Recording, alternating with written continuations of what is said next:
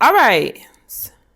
I know I'm holding some clothes, but I wanted to pretend I'm going to the fitting room because we did not do the fitting room test. I didn't do it in a department store, but it's all right. I want to do it in a realistic way. I'm sure a lot of people go to these stores more than you think. They just want to be, people on the internet want to be, I shop at whatever. But here is the lighting of the store, TJ Maxx. I wanted you to kind of just see because I did talk about this, the lighting, the overhead. This is a handicap type of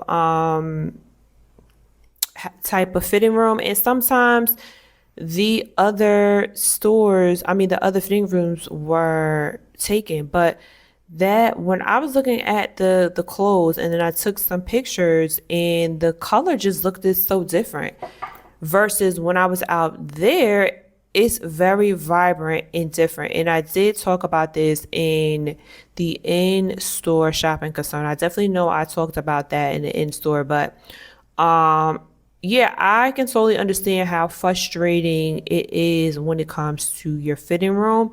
And some people are not visual creatures when it comes to the fitting room. And that fitting room right there deserves an F because the lighting was terrible. Now, this is cute. I don't know about you, but this is cute. I love the color. I love the playfulness. I know it may be short for some, but it's definitely cute.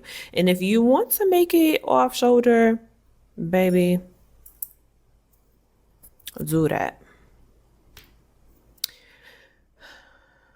I may go back for that leopard coat. I love me some leopard. I'm just that girl when it comes to leopard.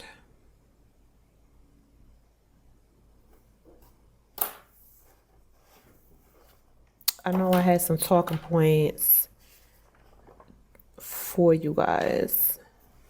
I want to make sure I get and cover everything because me and my team definitely put some structure to,